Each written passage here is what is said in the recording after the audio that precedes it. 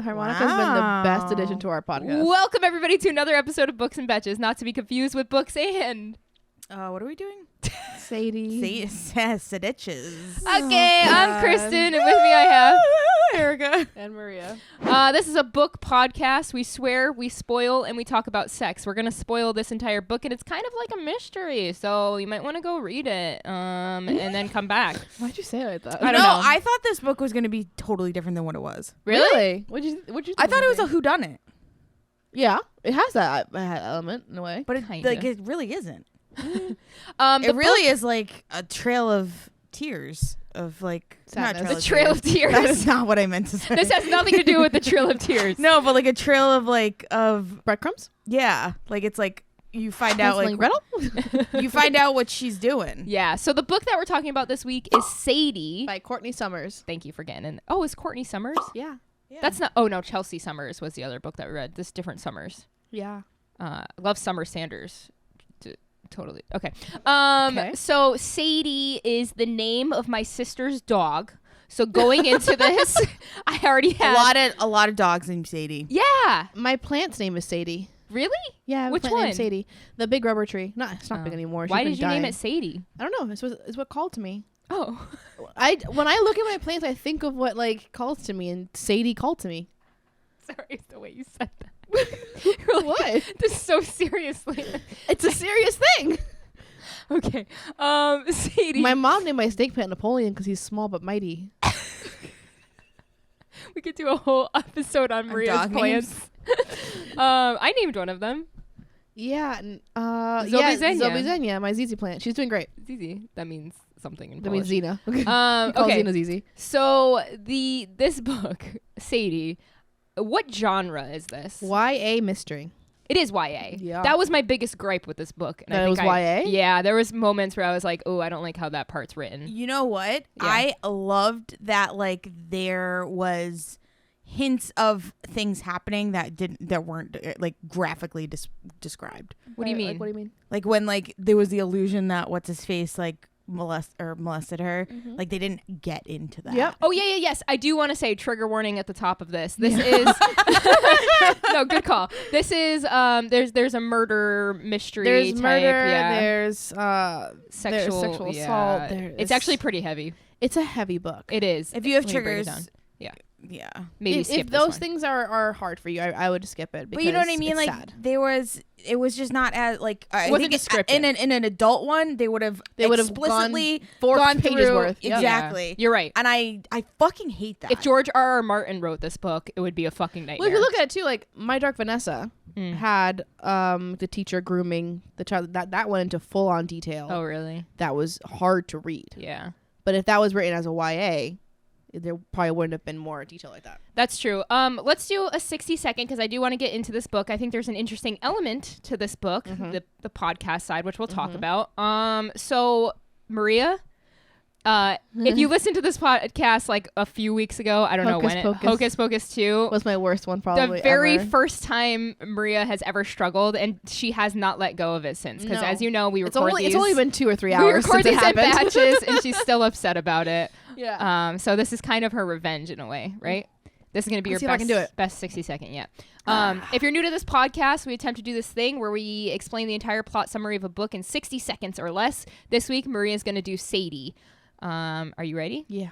3, 2, 1, go. We're following 2 perspectives in this book. One perspective is from a podcaster who is learning about a young girl who was murdered and then her older sister goes missing. The second perspective is from their older sister as we follow her to try to figure out if she can find the man who she believes killed her younger sister. And so that's the whole book is West on one side trying to find out where is Sadie, why is Sadie gone, where is she, what is she doing? Meanwhile, trying to figure out who killed Sadie's sister. And on the other side is Sadie's chapters where she's just trying to find this man who was her mother's boyfriend who abused her. And he believes that he killed her younger sister. And it goes towards the end of the book where she finds him. An altercation happens. Something bad happens. And we don't really know exactly what happened with her. She's still missing. But he ended up dying after some injuries. And the podcaster just finds out that she was, searching for this man, but they never find her. 4, 3, 2, 1. Was that better? Much better. Yes. Good job.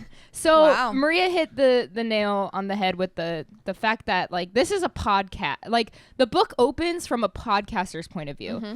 I listened to this book. Did you listen? I started it physically, and because there was an availability of the audio version on Scribd, I like to do this thing where I do both. And it was a Why do you do wonderful that? surprise.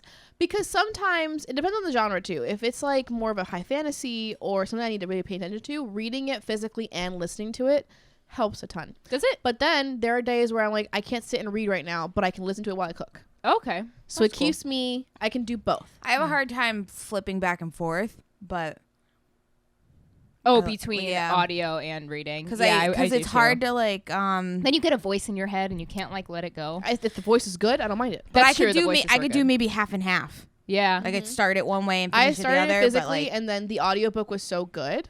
Mhm. I liked how the Yeah, audiobook the was. narration was good. They did set it up as an actual podcast. Yeah. The thing that they put these little like musical interludes Mhm. in, which was cool, but then they kind of abandoned it for like 20 chapters, and then they brought it back in the end. They like totally let go of the music thing. And I then, thought like, I heard it every time the new No. podcast started. no, they started getting rid of it and like their little sponsors and stuff. I thought it was cool though Weird. the way they set it up. Like Yeah. it really did feel like when I turned this book on, oh, I'm jumping into a podcast. And it was what you would call a full cast Yes, audiobook. yes. Whereas we have West, his character, and he has his own voice. Then everybody who is in Sadie's life, her mom's friend, I guess, she's not really her aunt or her grandmother, but she's kind of like a motherly figure. Yes. She has her own voice. Sadie has her own voice in her chapter.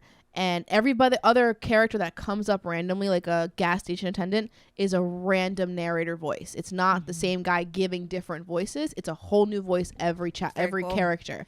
Yeah. And I like that a lot. It made it feel like a podcast. How did you feel about the podcast element, Erica? Because we talked about this. We did a Patreon episode for Butterfly Garden, and that was through the perspective of detectives and the girl's story, whereas this is like the podcast and the girl's story. There was times where I was like, I kind of just want to hear Sadie's story, and I don't Yeah. want to keep hearing about the podcast. It becomes a filler. But it was nice because the difference being of it not being a filler was that he interviewed more people in Sadie's life, so we actually got to get the bigger picture. We got the backstory, which from I him. think was important at the same time. Like we got to hear the mom's point of view, etc. I think it would have been cooler if like I like the podcast element. I wish it was told a little bit more retrospectively instead of in the moment. But I think that added to the suspense because So I think you asked me this a year ago. I think I would have had a totally different answer.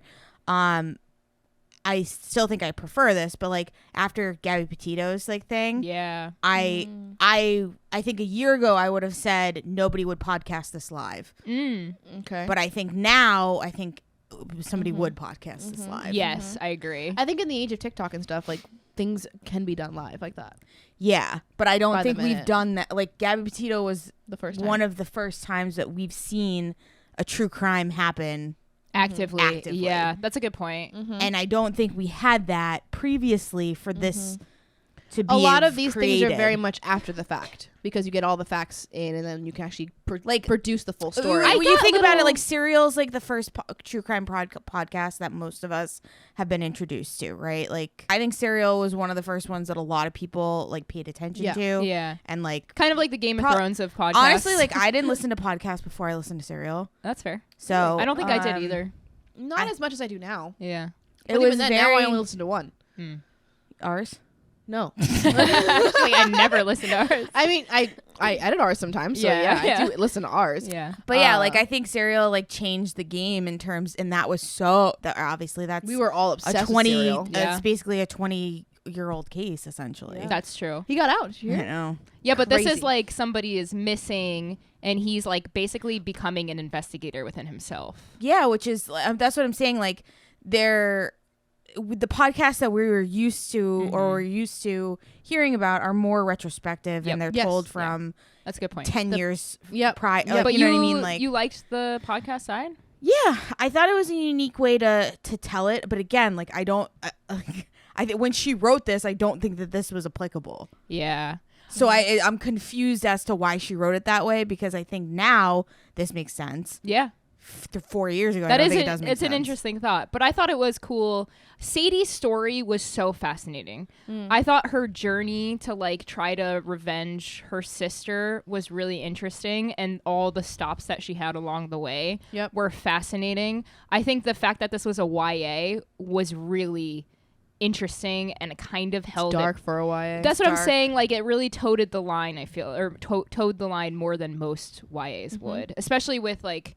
But I think the portions that they didn't was those parts where they like, didn't go in full it detail. could've- Which it I could've love that they gotten- didn't go into full detail, because we don't need it. No, we don't. We don't fucking need it. We really don't. We don't need any more fictional like Shock factor. minor rape.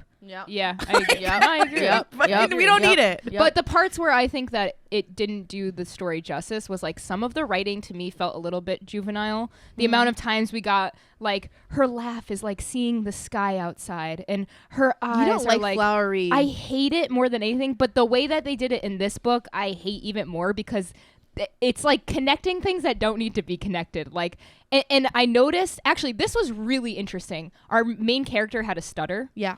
You don't see that often. What I didn't I like, love though, the stutter. but what I didn't like is that Sadie was pretty unlikable as a Yeah. character.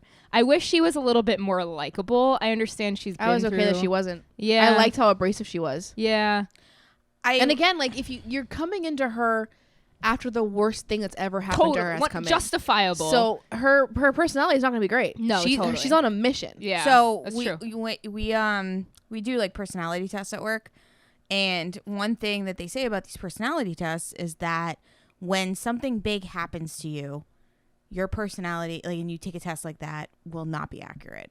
So like even like starting a new job, you don't take this test the first month that you get, No, you're completely different. because you're Life like things you're change, in a Transition. you're in a transitional period. Life is seasons. They have you take the test 4 months into your employment. oh, wow, yeah. Or 6 I would months do into 6. your Yeah. like 4 anywhere, which it depends when you start, because they only do it at like quarters. Got it. But like they do it a full quarter after you've started, essentially, so that you're like kind of out of that transitionary period, because your personality is different. Yeah. But like it's like a baser instinct thing, so I think that might play into it a little bit. Oh, totally. But the one thing that I really liked about the stutter is that it showed a character with a disability, and then it also like the internal monologues of like fuck you being angry Yes. about stuff. Yes. That people, I enjoyed that a lot. how people are ableist and they don't realize And the things they say. Yeah. how those things It's like, come oh, across. someone can fix that, you know? Yeah. Like, I really appreciated having a character with a stutter. It's my first one that I've seen like Yeah. this.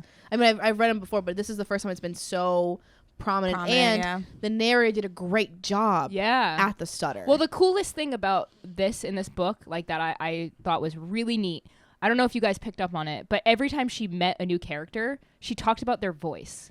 It would be like her voice was so scratchy, or like things that in the moment when it first happened, I was like, why do I fucking care about this? And then I was like, oh, duh. Like, this is the things she would pick up on, right? Because she's going her entire life thinking about her voice. Like, so I thought that was really neat that like those little things that you don't really always catch up. Like, I love stuff like that. I thought that was really cool. yeah. But as far as like her journey, there's one moment where I was so invested in Sadie's story that I was like, I want to know what happens next. Like, how is this going to end? And then we would go back. That's the beauty of this book. Is I it know. keeps you going. But I did get a little bit confused sometimes with like time jumps. Like sometimes he would be talking to the mom and they would be talking about something, or not the mom, the grandma, like the friend. And I would get confused as to like where he was versus like he's talking about how her thing was found in a car, but we're talking about her journey in the car. So like there was times where I got a little bit confusing with like the time I think jump. what's going on is that he's coming into this, I think, a year after Sadie's been missing. Oh, okay.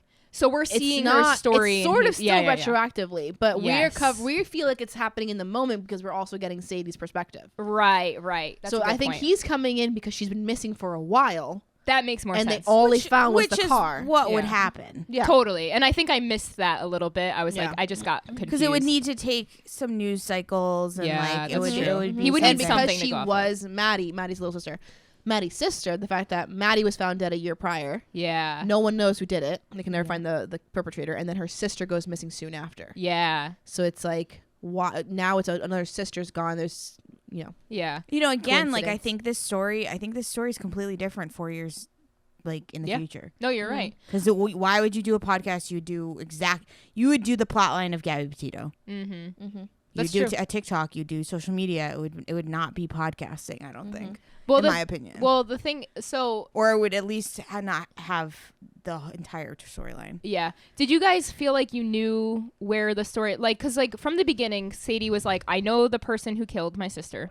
I'm set on this person. I'm gonna find this person. And then there's like all these little twists and turns where like he uses fake names and stuff. Was there ever a moment where you're like, maybe it's not him? No. Or were you No. like No. sold to? Yeah, same. Which I I knew. liked that it was like consistent where I was like, okay, she's gonna find this motherfucker. I just I was all I didn't cared was like, know- just Yeah. get to him. Yeah. Just fucking kill him. Yeah. I just didn't know what was How going to bad. happen. Yeah. And another thing that I really liked about the like disabled character in the like Sadie essentially, or not essentially, but like that disabled character is that this was not a story of like fixing her stutter. No. Like it was just like, this is how I have to survive in this Yeah. world with as a person with a disability, Yep. and this is how I have to adapt to the ableism that Yeah. occurs within the society, and this is my story. And she had to talk to so many people to Yeah. get to the And I guy. felt And yeah, like, I this is felt how I the had to navigate this. frustration yeah, me too. in the Me too. audiobook of her just trying to I feel get my her heart beating Yes. sometimes. Like She's just ah. trying to get her words out. Yeah. And you're just like, you got it. You can do it. Like Yeah. you're there. And it was honestly such a good experience just to listen to that book. I had a guy that I had like the biggest crush on in high school, and he had a stutter. Like he had like a really bad stutter. He was so fucking hot, and I like loved him, and I just wanted him to like ask me out, but he used to get so nervous talking to me that like he could barely get words out, and I would just sit there and I'd go, please just ask me. And I knew like he like liked me, and I knew we both liked each other, but like Yeah. there was like I didn't have the balls to be like to be forward Yeah. about Yeah, it, but I feel like you. we just circled each other. Yeah. That's kind of cute. The book. So when we start to learn, we don't realize how bad he is, right? Like we know there's a potential that he could have killed the sister, but we don't know why. We don't know how bad he is. And then we start to learn he's fucking so bad. Yeah. The shirt stuff was really crazy. So how did we get there? Did she started talking to people being like, do you know this guy? And then like eventually we discovered that he has all these different aliases. And then we lead to a hotel. Yeah, a motel where he sort of like that's this place he goes back to often. Yeah, he stays there. Yeah, when The he's owner not. When lets he's him not. stay So there. what I can't remember his name right now. Keith. That's how it Keith, started. Keith, Was Keith. Keith. Yeah. Go me. That was one of his fake names. It's one of his. The fake name she knew was Keith. Yeah. And what Keith does Let's is just call him Keith for yeah. He latches on to women who have or single moms. Usually they're very busy, or they're drug addicts, and he enables that and makes it so that the kids are usually vulnerable, and he's a disgusting pedophile. Yeah, he preys on little kids. And so every victim he's had, Yeah, this one's he crazy. has taken a piece of their shirt with their The name on it. tag. The tag of their shirt and he would with write their name on it. That's so fucked. It's disgusting. So when Sadie gets to this hotel or motel, I guess, she breaks in because obviously no one's going to give her the key, and she discovers all of the shirts, which And I think one of them was has her name on it. Yeah, which I think was like the moment where she was like, so like, okay, this is like way worse than I even thought it was. Yeah. And the guy who was like running the motel, like I really liked that kid who was like, there was a kid that got that job because Keith had given him the job, so he really trusted Keith, and then his life starts to unravel when he realizes this dude's really bad, and When he kind of finds helps everything out. Yeah, he kind I of thought that interaction between them when he catches Sadie in the motel Yeah. room, one, it was suspenseful for me. Two, it felt realistic. Yeah, Because he I was agree. scared. He was like, let's just talk about it. 'Cause she's Yes. like, she's about to stab him. She's like, I'm gonna kill you. And one thing I loved about Sadie in her perspective was that she kept repeating this almost as a mantra to herself. She's Yeah. like, I'm dangerous. Yeah, You should be afraid of me. yeah, Because I am a woman on a mission. And it's like, I love love that. that she had to keep telling herself that to really like put herself in the position of I'm gonna do what I have to do. yeah. But in the end, she's not. Yeah. She's so like, she's just sad. I know. It is sad. So let's get to the end because we talked about this on Yeah. text. We were both going back and forth about what actually could have happened. The ending. Because it's open-ended.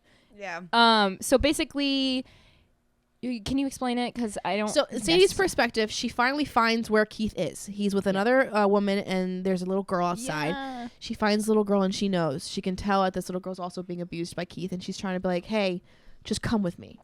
Let me just get you out of here. Let me just save Yes. one girl finally. She sort of gives her $20. The girl's starting to be weird. Like, you can't have, he can't hear us. Like, he's sleeping inside.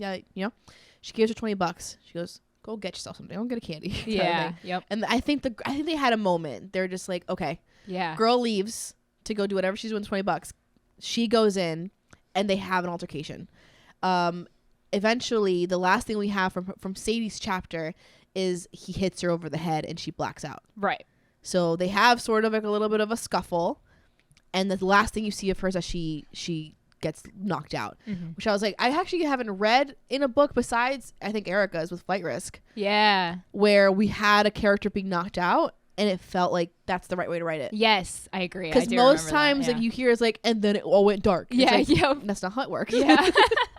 You're right. So I liked how hers was written. It was like it was like a cone effect, and like yeah. Then it goes to Wes's perspective, where we find out what happened to Keith. Now he's got the breadcrumbs to get to Keith as well. Yes. So he finds Keith. He knows what's going on, and he realizes Keith had come home one day with a stab wound. Yeah. Did not go to the doctor to get it fixed or anything, so he got an infection and died from it. Yeah. But that he had come home dirty.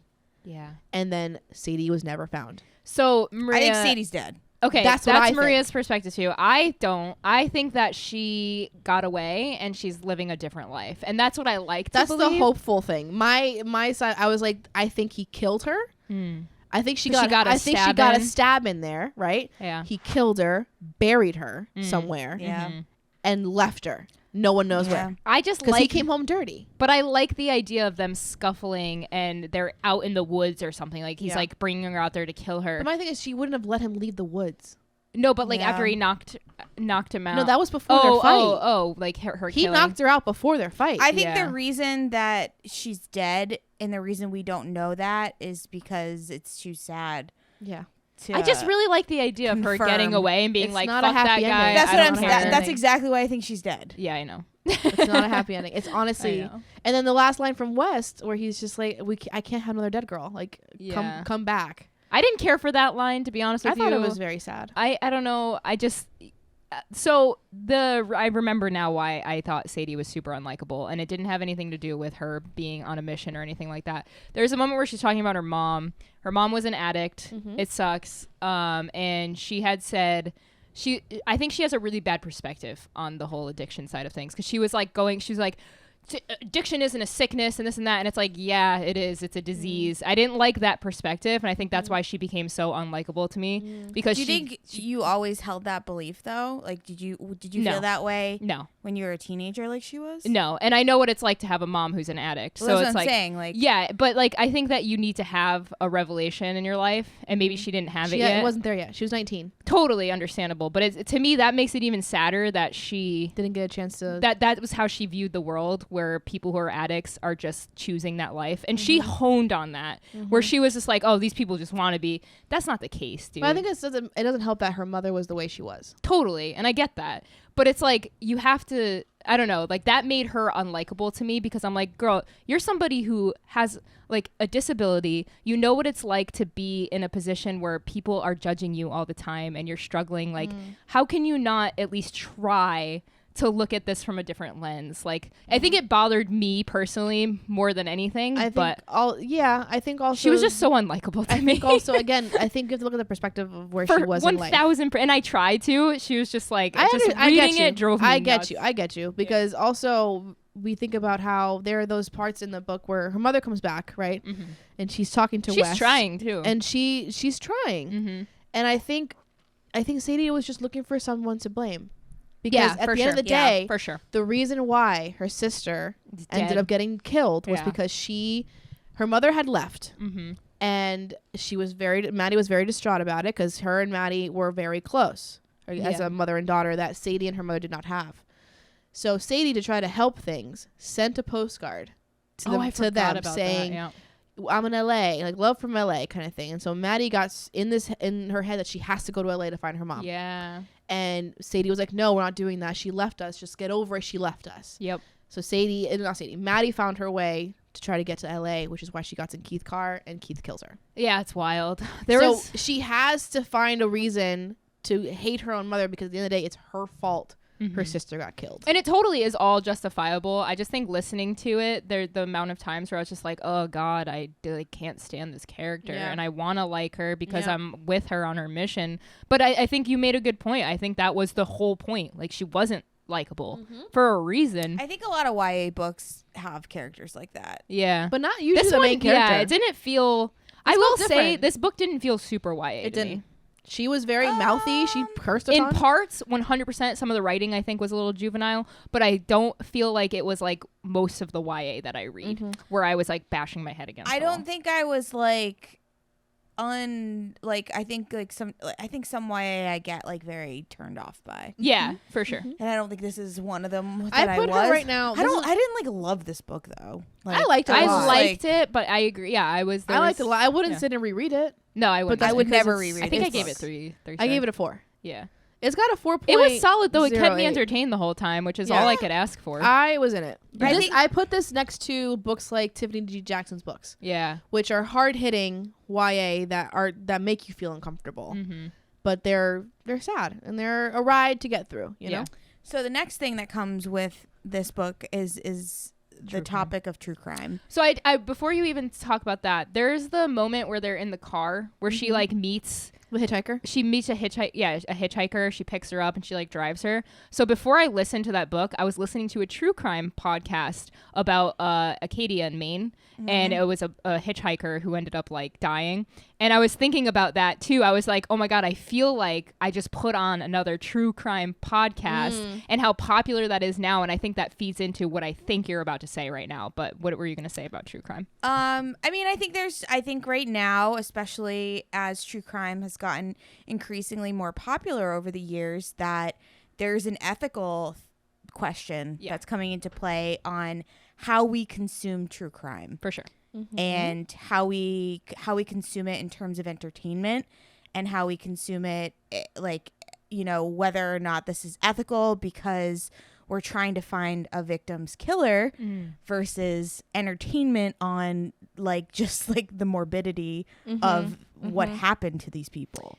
Yeah. And I think we're in a weird spot right now and as a society where the prevalence of true crime has exponentially like blown up, big time. and we're in a different spot now. I think with all the platforms that we have now, it's blown it up more, but true crime has had this hold on people since the beginning. Oh, for sure. 100%. People have always had an interest in true crime. Also, morbid curiosity is a real thing we've talked about before. But I think this is it's become so much bigger as far as the conversation goes because of things like Dahmer, because of things that are coming out now.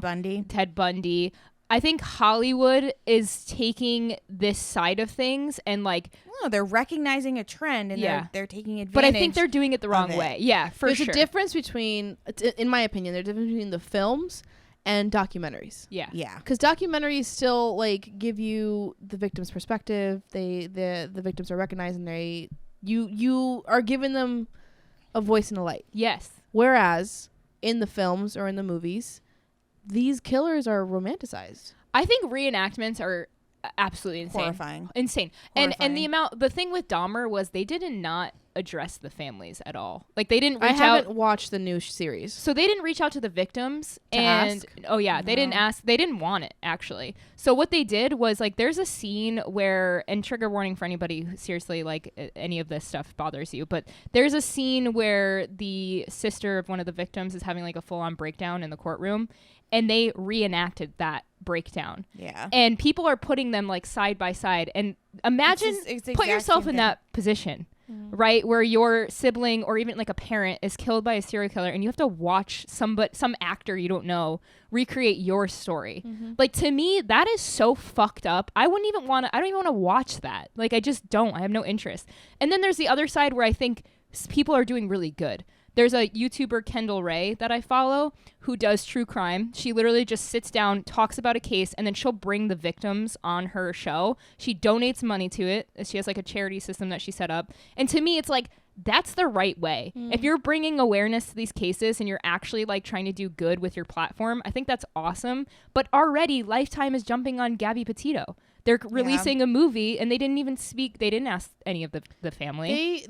These It's fucked up. Things It really that is. happen, I'm at the point now where every time when something bad happens in the news, true crime wise, I'm like, let's count down how fast they'll get a documentary out. Mm-hmm. Like the guy that killed his kids and his wife. Yeah. And put him in that oil barrel. Oh, it was right away. Immediately. Yep. Immediately Scott there was something? a documentary. Yeah. I can't remember his name, but that piece of shit. It's just sad when you like really put yourself in the shoes of the family members. Like if that happened to you, like I don't know, it's hard to like imagine sitting through. But and then if it's like a podcast, right? And you're like, okay, these people fact check, they reach out to me and they're like, hey, we're gonna do this, like we want to bring awareness. Like that's different. That's totally a different thing. But then, like, you know, you think, again, like I bring up Serial, but like that's a journalist who found a story and was like, let's figure this out. There's like journalist integrity there. You know, I think documentaries, people don't understand that there is an end result for documentaries. You cannot create a documentary without the intention of changing the viewer's mind or having the goal be, I want you to think X, Y, Z. Yeah. If you have, I've taken documentary classes. Yep. That is There's always the a sole. bias. Yeah. That is the sole reason for documentaries is that the whoever created it was like, I want you to think this at the end of it. Yep. Yeah. There's So- always a view.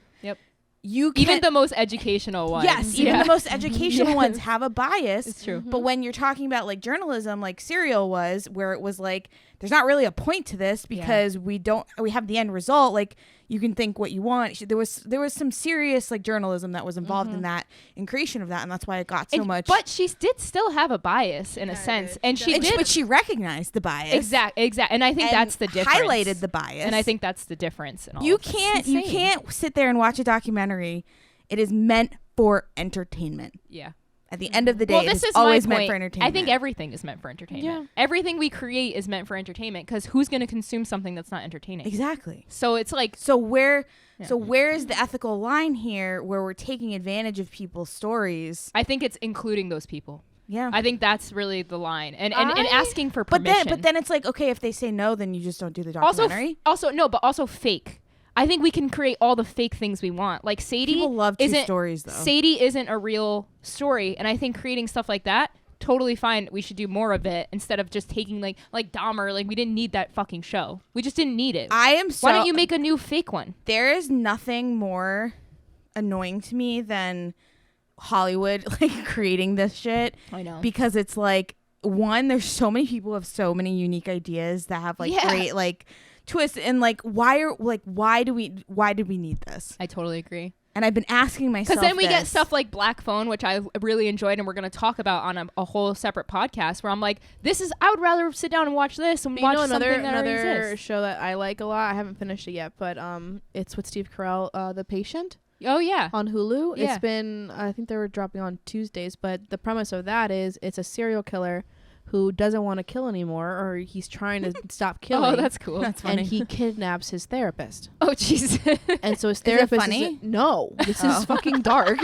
I'm like laughing. I'm like, oh Yeah, yeah, no, Steve Carell. see, I don't know. Y'all have an ethical line, and I don't know if you're on the right one. But Steve Carell does a great job in it so far, love and Steve the Carell. guy's like, I want to stop. Yeah. I'm the one that's killed all these people so far, and I want to stop. There's just one man that I want to kill him so bad. Help me stop. Yeah. And it's Steve Carell be like, you can't just kidnap me. This is also a problem. So it's been that I've never seen that before. Yeah, there's different twists. yeah. Was That Hannibal a real No, he's Hannibal fake. Lecter's He's fake? See, like, and it's become such a big thing, and it's like I think that's cool. Like we can have that side of things where You like, could still there's get your always- morbid But there's humor. always going to be a with pull yeah, because true it's crime. real. Yeah, because and it can happen to us. I mean, Gabby Petito. I fell into the trap too of Gabby Petito. Yeah. Right. Like I was didn't. watching. I have a everything. problem with like in the moment true crime stuff. Well, I just want to know what's gonna happen. Like I I think tend to it's look at all. it after I the was fact. enraptured with it. Yeah. Like it was like people were putting out so much detail, and it was like people were. I think I got involved with it because of the conspiracy of it all. Like well, with, that's like, our thing. Is we like the conspiracy. people side of love things. conspiracy and Yeah. like.